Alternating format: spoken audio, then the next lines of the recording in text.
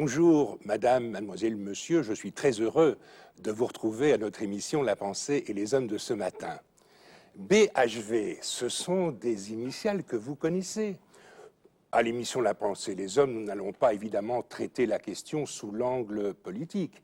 Nous allons plutôt envisager les aspects sociologiques, historiques, philosophiques que pose cette question dans l'histoire de notre pays. Je vous retrouve dans un instant avec mes invités après notre générique.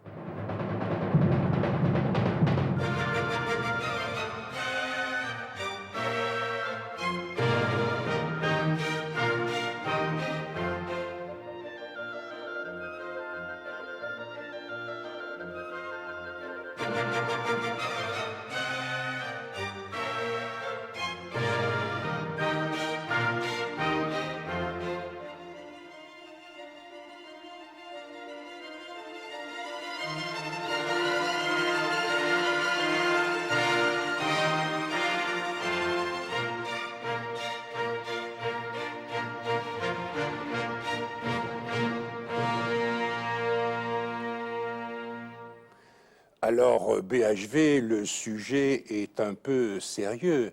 Et pour donner une coloration un peu amusante à notre émission, j'ai demandé la collaboration d'un collaborateur attitré de la RTBF, le dessinateur Pierre Kroll. Vous allez voir quelques-uns de ses dessins tirés de l'album intitulé « Au pays des oranges bleues ». Je remercie Pierre Kroll, je remercie aussi l'éditeur de ce volume, en la personne de Luc Pire, de nous avoir autorisé à reproduire quelques clichés. Alors j'ai deux invités pour mon émission, deux personnes qui connaissent bien le problème de BHV que nous allons évoquer.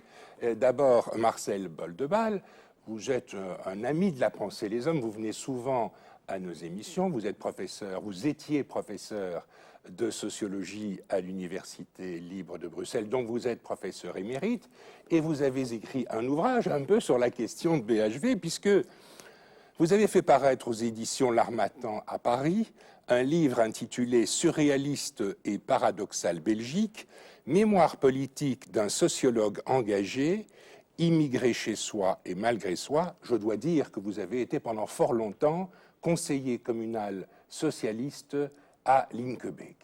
Et puis j'ai aussi invité M.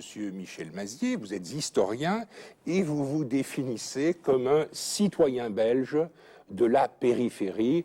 On peut ajouter que vous connaissez bien, que vous habitez Rhodes-Saint-Genèse.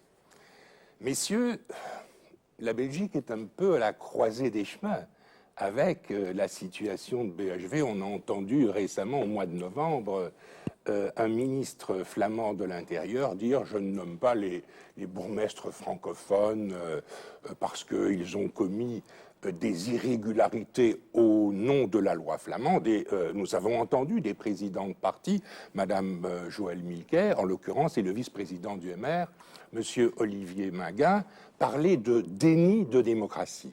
Et c'est peut-être le premier thème de réflexion que je voudrais aborder avec vous. C'est un thème de réflexion politique, mais aussi un thème de réflexion philosophique. Est-ce que la démocratie est véritablement en question?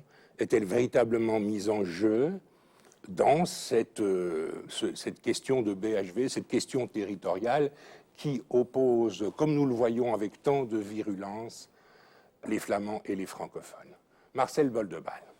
Eh bien, monsieur le maire, je suis ici avec trois casquettes finalement. Ma casquette de sociologue que vous venez de rappeler, ma casquette de citoyen belge comme Michel Mazier et vous-même, et ma casquette d'acteur politique engagé. Mais ici, nous ne sommes pas là pour faire de la politique, mais pour essayer de réfléchir en élargissant le problème à la dimension sociale, sociologique du problème qui... Oui, et philosophique aussi, parce que nous avons entendu deux présidents de parti, un vice-président du MR et la présidente du CDH, parler de déni de démocratie. Le mot démocratie a été prononcé pour nous.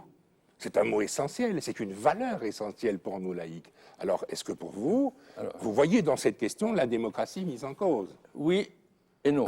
3 quarts oui, 1 quart non. Expliquez-vous, Marcel. Je m'explique.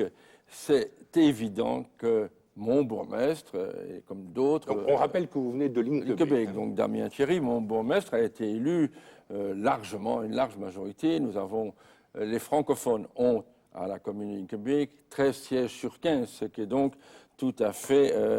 écrasant comme majorité. Écrasant comme majorité. Alors, qu'est-ce qui s'est passé pour concrètement ils sont élus démocratiquement, et donc il y a un déni de démocratie parce qu'on ne veut pas les nommer. Pourquoi ne veut-on pas les nommer? C'est en vertu de règlements votés par la Flandre. On dit qu'ils ont violé la loi. Les Flamands disent qu'ils ont violé la loi. En fait, ils n'ont pas respecté la fameuse circulaire Peters, qui impose que tout soit envoyé en flamand aux habitants de la périphérie, qui peuvent réclamer le français. Alors là, il y a une question juridique en filigrane ou sous-jacente.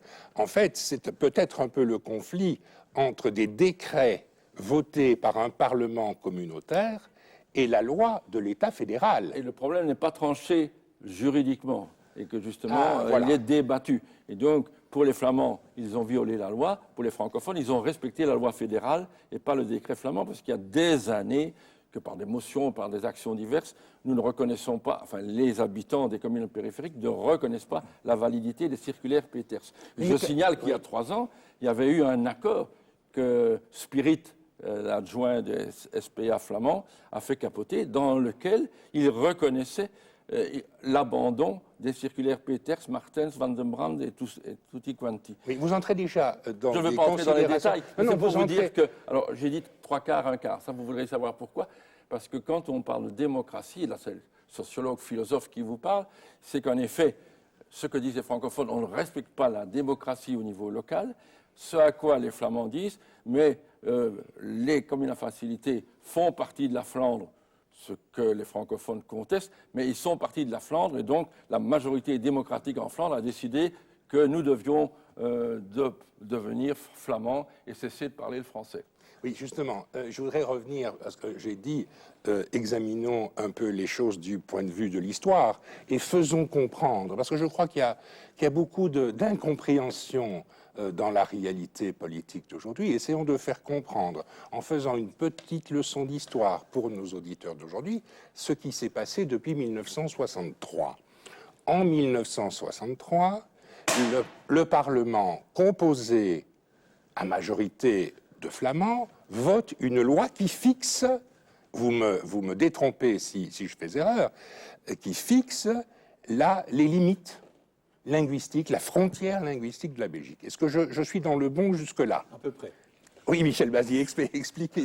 C'est-à-dire que la loi que nous dirions aujourd'hui fédérale, mais la Belgique à l'époque était encore un État unitaire, a décidé donc en 1962, sous la pression de 278 bourgmestres flamands qui avaient refusé de distribuer le recensement. Vous dites 278, nous sommes alors largement au-delà de la périphérie bruxelloise. Oui. Nous sommes véritablement en Flandre. Absolument, mais ça rejaillit. Beaucoup de bourgmestres flamands. Oui, je vous suis. Donc 278 bourgmestres flamands avaient refusé de distribuer les formulaires de recensement aussi longtemps qu'il figurait ce qu'on appelait le volet linguistique, oui. Demandant aux citoyens à qui s'adressait le recensement, c'est-à-dire à tout le monde, la langue qu'ils parlaient. Voilà, question floue, disait-il, ce qui n'est peut-être pas tout à fait faux, mais c'était sur ce système que reposait le système belge d'avant, depuis 1932. Une commune pouvait passer d'un statut à l'autre en fonction d'un critère de présence linguistique d'un groupe ou d'un autre. Quel était le pourcentage? Critère connu par le recensement, et le critère était en principe de 30%. 30%. Je peux concrétiser ça, parce que moi, je suis habitant de Linkebeek depuis 1960, et donc avant les lois de 62, et donc on me dit maintenant, vous n'aviez pas à vous installer en Flandre, mais je ne me suis pas installé en Flandre, parce qu'on savait par des sondages à l'époque qu'il y avait 60% de francophones à Linkebeek, maintenant c'est 85%, et que donc on devait avoir un statut bilingue. Il y avait un statut bilingue de fait, et il allait devenir bilingue de droit, et à cause de cette action non démocratique des bourgmestres flamands, la frontière... Oui, Monsieur Mazier nous a dit, lorsque nous avons préparé l'émission, bien autre chose. Il nous a dit avant-guerre, vous nous avez dit avant-guerre, il y a des responsables politiques des communes dites aujourd'hui à facilité, qui sont les Flamands, et qui disent aux Bruxellois, venez vous installer chez nous. Alors voilà. Hein, je pense qu'on va voir peut-être à l'écran un document qui témoigne. J'ai l'exemple donc d'une brochure éditée à Rode-Saint-Genès. Oui, on la voit à l'écran, oui. En français. Oui. Où le mot Rode est d'ailleurs écrit sans H, parce que la majorité flamande de l'époque était très Vlaamsgezinde, comme on dit. Oui. Hein, et elle avait même fait supprimer sur les plaques de tram l'indication RH, qui s'est réduite à l'indication R, toujours utilisée sur les bus de Delaine aujourd'hui. Donc, c'est vous dire qu'ils étaient vraiment très... Mais dans ce tract que l'on voit à l'écran, ils disent « Venez vous installer chez nous ». Alors, cette administration communale a chapeauté l'édition d'une brochure dont le texte est écrit, tenez-vous bien, par le président de la section locale du Davidsfonds, Constantaise, qui était l'historien de Rode. Je n'oserais pas dire mon prédécesseur parce que ce serait présomptueux de ma part, mais enfin c'est un peu ça. Ah oui. Et dont le secrétaire était un certain Frans de Neyer, qui était le représentant local du Vlaams Automobiliste Bond. Donc c'était sûrement pas une brochure francophile a priori. Mais on voulait attirer des nouveaux habitants, bruxellois par la force des choses, parce qu'ils amenaient de la galette, tiens, pour dire les choses carrément. Oui, donc en 62-63, ces communes sont assez largement peuplées de francophones. Entre 63 et aujourd'hui, la proportion d'habitants francophones a encore augmenté. On pourrait évoquer d'un point de vue historique le pacte d'Egmont, qui n'a pas véritablement fonctionné, qui ne s'est pas appliqué. Marcel, vous teniez beaucoup, je sais, vous me l'avez dit, vous teniez beaucoup à certaines des décisions contenues dans le pacte d'Egmont, lesquelles? C'était extraordinaire au niveau belge et la cohésion entre les communautés. On avait un pacte qui a été conclu par les partis principaux, mais avec le FDF et avec la Volksunie. Oui, et il y avait à l'époque, je pense, les socialistes et les socio-chrétiens aussi au gouvernement. Hein. Sans doute, oui, et puis il y avait Lagasse, il y avait Schiltz, et ce pacte prévoyait, c'est ça qui nous intéresse pour... Oui, pour les communes à facilité, pour la périphérie. Une tutelle fédérale à cette époque-là. Tutelle fédérale bilingue, qui aurait englobé d'autres régions de Belgique qui sont en contestation, notamment la région de tutelle fédérale doit être bilingue, et ça c'est la réclamation que nous faisons. Le conseil communal de Linkebeek a voté 6 motions, et donc 2 à l'unanimité. À l'époque où il y avait 8 flamands sur 11 au conseil, a voté à l'unanimité l'octroi d'un statut bilingue. C'était la réalité sociologique du lieu, et ça n'a jamais pu être appliqué parce que le pacte d'Egmont a été saboté par Léo Tindemans, et encore il y a quelques années, 2-3 ans, on a encore eu un accord qui a été sabordé par les Volksunie du PSA, c'est-à-dire Spirit, alors que là, on prévoyait l'abrogation des circulaires Peters, etc., qui sont le problème. J'ai écrit l'autre jour... Oui, je vous en prie. Un courrier de lecteurs dans différents journaux belges, dans lequel je disais le vrai problème de BHV, ce n'est pas seulement en tout cas, celui des droits électoraux, de pouvoir voter ailleurs que chez nous pour des francophones, c'est essentiellement, aujourd'hui, et on le voit encore dans ces jours-ci, c'est essentiellement le fait qu'on est soumis depuis 1988 ou 1992, peu importe, on est soumis à la tutelle flamande. Et la tutelle flamande, ce ne serait rien si elle n'était pas anti-francophone. Mais le problème de la tutelle aujourd'hui, c'est qu'elle est anti-francophone. Et là, ça devient symboliquement, sociologiquement, politiquement, le nœud du problème de la démocratie belge. Alors justement, oui, je vous en prie, Michel Mazier, oui. Que, aux yeux des Flamands, les facilités encouragent l'installation de francophones. Oui, mais ils les ont acceptées, ces facilités. Elles sont inscrites dans la Constitution, ces facilités. C'est possible, c'est probable. Mais ce qui est quand même remarquable, c'est que la densité de francophones dans les communes sans facilité augmente aussi. Et que par conséquent, si les facilités aident peut-être, mais les supprimer freinerait peut-être le mouvement, mais ne l'arrêterait pas. Oui, donc vous allez là un petit peu plus loin. C'est la réalité du terrain. Je voudrais revenir à une question plus philosophique que politique. Est-ce que l'on peut dire que la situation que vous décrivez l'un et l'autre est inspirée, allez, disons le mot, par un certain nationalisme, par un nationalisme égoïste, par un nationalisme de repli sur soi, et comme me semblait l'indiquer il y a un instant Marcel Boldebal, par un nationalisme qui nie la réalité culturelle de l'autre. Est-ce qu'on peut aller jusque-là, en évoquant la situation de BHV? Je relisais ce livre que vous évoquez, que j'ai écrit il y a quelques années. Et la couverture, on voit que les conseillers communaux, je ne sais pas quelle c'est symbolique d'ailleurs. C'est extraordinaire parce que c'est la stratégie actuellement, c'est de nous empêcher de parler français, alors qu'on a le droit juridique.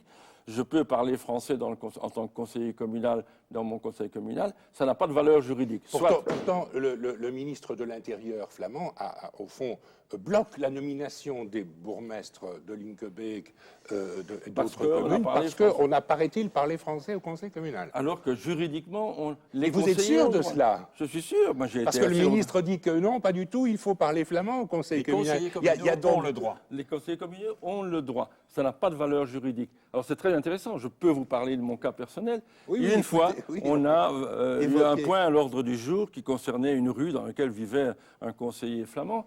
Et j'ai voté « ya » pour qu'on arrange sa rue, mais j'ai voté « ya » oui pour montrer que je voulais être bilingue. Ça a été annulé, la décision. Et aujourd'hui, quand on dit un mot en français, on annule les décisions de tout le conseil communal. Donc tout est fait pour décourager les francophones de s'exprimer en français, comme on le voit sur la photo, et de...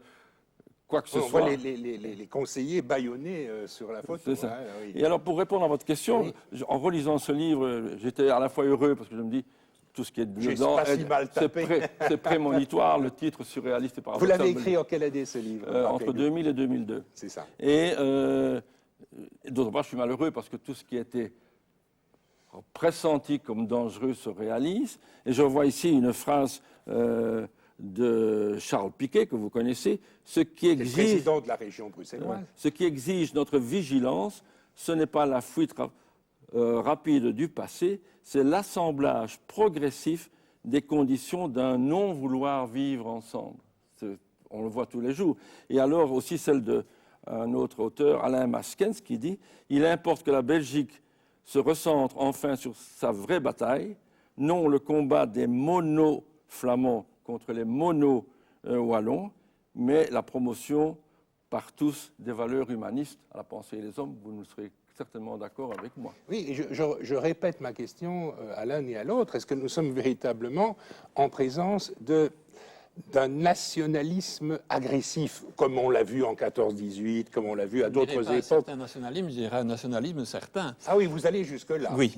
Et c'est un nationalisme du 19e siècle, importé de l'histoire de la Flandre, au sens moderne, donc l'ensemble des Flamands, et pas seulement les provinces de Flandre.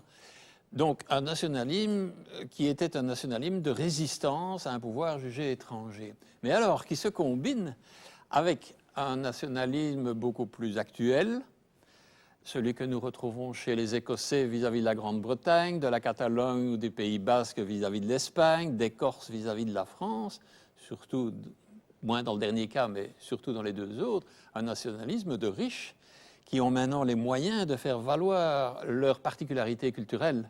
Oui, ce n'est pas seulement leur richesse, c'est aussi leur nombre. Parce que les lois qui ont été votées, notamment les lois sur la fixation... Dans le cas des Flamands, mais dans le cas des Écossais, des Basques et des Catalans, pas. Mais leur richesse leur permet d'avoir un poids plus grand que leur nombre. Or, les Flamands, évidemment, étant à la fois plus nombreux et plus riches que les francophones, ont tous les atouts dans leur jeu, alors que quand ils se présentent, comme ils l'ont sans doute été il y a un siècle, comme des déshérités et des malheureux, il y a un certain désaccord avec la réalité.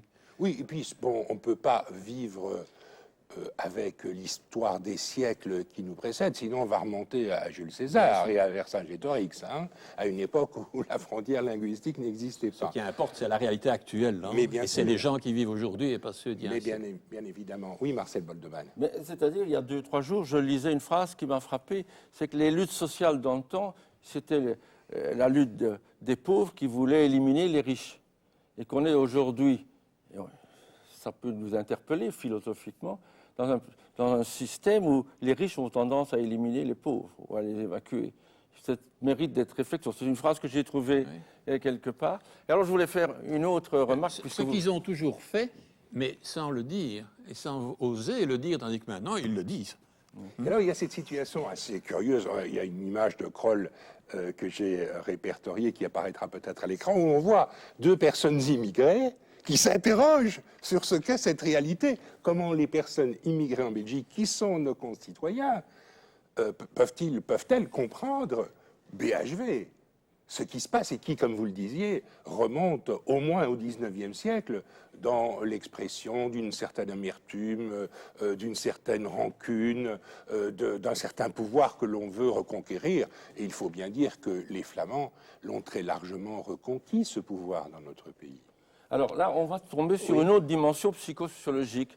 Je ne sais plus quand, je ne sais pas si je le dis dans le sociologue qui parle. Oui, vous m'avez demandé de parler en tant que sociologue et pas en tant que militant politique. En tant que sociologue, je ne sais pas si c'est dans mon livre, mais ça doit y être. Il m'est arrivé de dire que nous étions, c'était la belgitude. On a des complexes de minorité. Nous sommes un pays avec 3 minorités, objectives et subjectives. Les Flamands qui sont minorisés culturellement parce que le français est une langue plus forte que le flamand, les Wallons qui sont minorisés économiquement parce que c'est la Flandre qui est riche, et Bruxelles qui est minorisé politiquement parce qu'il est dans son carcan. Et alors, à ces 3 minorités objectives correspondent alors 3 minorités subjectives. Les Flamands qui sont une coalition des Bruxellois et Wallons capitalistes, enfin, ou riches, les Wallons qui sont une coalition des Flamands et des Bruxellois, là, parce qu'ils sont riches, et les Bruxellois qui sont une coalition des Flamands et des Wallons contre la capitale.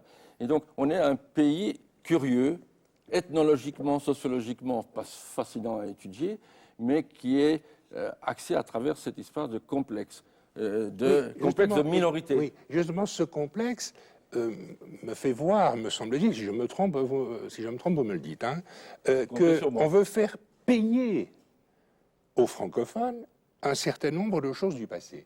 Je pense par exemple à la situation des gens qui sont proches de l'aéroport de Bruxelles National qui se situe à Zaventem. Parmi lesquels il y a des Flamands. Parmi lesquels il y a bien entendu les Flamands. Et on voit que certains ministres flamands font dévier exprès les avions sur la région bruxelloise ou sur des régions extrêmement peuplées qui sont la région bruxelloise ou des régions très largement peuplées de francophones. Il y a des Flamands aussi, donc il y en a qui sont plus flamands que les autres apparemment pour eux. C'est ça. Alors moi, il me semble qu'il y a là une sorte de revanche un peu méchante et un peu idiote. Est-ce que je me trompe? Évitons les mots méchants. Oui, c'est un terme qui n'a pas cours en sociologie. Non, vous m'avez demandé d'être sociologue. Tout à fait. J'essaie de comprendre et je me rends compte qu'il y a toute une histoire qui sous-tend tout cela et qu'on peut essayer de comprendre. C'est un peu dommage qu'on a l'impression que cette histoire qui n'a pas toujours été rose pour le peuple flamand, d'ailleurs sous l'empreinte de quelques curés de village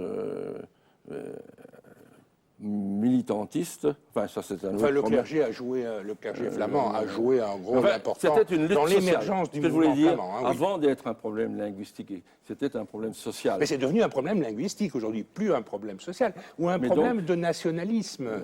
Et donc, comme ils ont été longtemps infériorisés, ce qui est un peu dommage aujourd'hui, bon, je crois que les élites ont dépassé le complexe d'infériorité et de revanche, mais que ce qui me frappe, si on fait l'analyse sociologique de la Belgique, c'est qu'en effet, tout est bloqué parce que depuis l'éclatement de la Volksunie, qui n'existe plus, elle domine partout. Oui, c'est justement la dernière question que je voulais vous poser. J'ai un peu l'impression, mais je suis encore un observateur pas très averti, hein, c'est vous le sociologue, Marcel Bonneval, mais j'ai un petit peu l'impression qu'aujourd'hui, ce sont les partis d'extrême droite ou les minorités très extrémistes en Flandre qui dictent un petit peu leur vue aux partis dits traditionnels, c'est-à-dire le Parti libéral, enfin le VLD, le Parti catholique, le CDNV. La pression qu'ils exercent. C'est ça, hein, le Vlaams Belang, de Decker, etc. Et d'autres semblent entraîner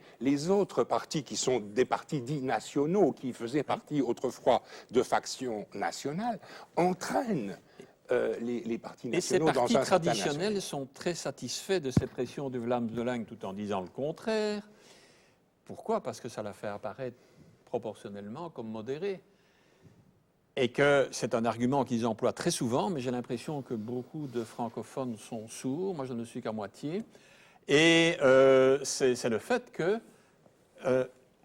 après avoir entendu vitupérer les membres du Vlaams Belang et tous leurs sbires qui interviennent par exemple dans les conseils communaux à Krenem ou à Wezenbeek ou à Rode ou ailleurs, ou à Linkebeek, apparaissent effectivement comme des gens avec qui il y a moyen de discuter. Oui, et puis il y a une notion qui a émergé récemment, c'est la notion de bon flamand. Hein, on présente un artiste, un chanteur, un peintre, un comédien, et on va dire de lui, dans la presse flamande, c'est un bon ou un mauvais flamand. J'imagine, en fonction de ces critères d'ordre politique. Mais c'est quand même caractéristique que précisément, vous y faisiez allusion tout à l'heure, les élites flamandes, enfin ce qu'on considère traditionnellement comme les élites dans le domaine intellectuel, artistique, qui jadis étaient les meneurs du mouvement flamand, en ont pris peur aujourd'hui et ont tendance, dans leur grande majorité, à revenir à une conception plus proche de la Belgique. Et alors moi, ce que je voulais dire, on a fini notre émission, Marcel. Un tout dernier mot. Non, mais j'ai insisté sur les mono-identités. On est flamand, on est wallon, et on n'a plus cette si on avait au moins une circonscription électorale Nationale, unique, oui. nationale, on pourrait au moins se parler. Et le problème, qu'on se parle. Alors ça, moi, je suis confiant en l'avenir de la Belgique à cause de Bruxelles, de l'Europe et d'autres choses. Et simplement, il y a le danger de cette coupure de l'autre. Eh bien, Marcel Bordeballe, Michel Mazier, je vous remercie beaucoup pour votre participation à l'émission d'aujourd'hui. On a essayé d'être philosophique, sociologique, sans être trop politique. Je ne sais pas si on y a réussi. On a aussi essayé de placer un certain sourire dans notre émission grâce à la collaboration de Pierre Kroll, que je remercie, et qui a publié très récemment aux éditions Luc Pire un ouvrage intitulé « Au pays des oranges bleues », qui comporte un certain nombre de dessins très, très amusants, très beau cadeau pour la fin de l'année qui est proche. Merci, messieurs. Madame, mademoiselle, monsieur, merci beaucoup. À très bientôt. Et voici maintenant quelques informations du monde de la laïcité. Ça se passe près de chez vous. Voici quelques activités laïques inscrites à l'agenda des prochaines semaines. Dans le cadre de Soir et Lumière, un cycle consacré aux femmes cinéastes, sera projeté La Trace Vermillon, un film de Delphine Debic, le mardi 18 décembre à 19h à Namur. L'Europe à la croisée des chemins, un débat citoyen avec la participation de Marc Tarabella, député européen, est organisé le jeudi 20 décembre à 20h30 à Namur. Petits citoyens, grandes histoires. Une lecture-spectacle avec Angélique Demoitier, accompagnée d'un musicien, à découvrir à partir de 4 ans le vendredi 21 décembre de 17h30 à 19h15 à Liège. André Kukelenberg animera une initiation à l'astronomie sur le thème 400 ans d'astronomie moderne, un bilan avant 2009. Observons Mars et les planètes. Le vendredi 21 décembre à 19h à Parenville. La Maison de la laïcité de Sambreville organise une rencontre citoyenne d'hiver le dimanche 23 décembre de 10h à 13h à Sambreville. Du 31 décembre 2007 au 4 janvier 2008, des ateliers créatifs sont organisés de 9h à 16h à la fabrique de soie de Tubize pour les jeunes de 11 à 16 ans.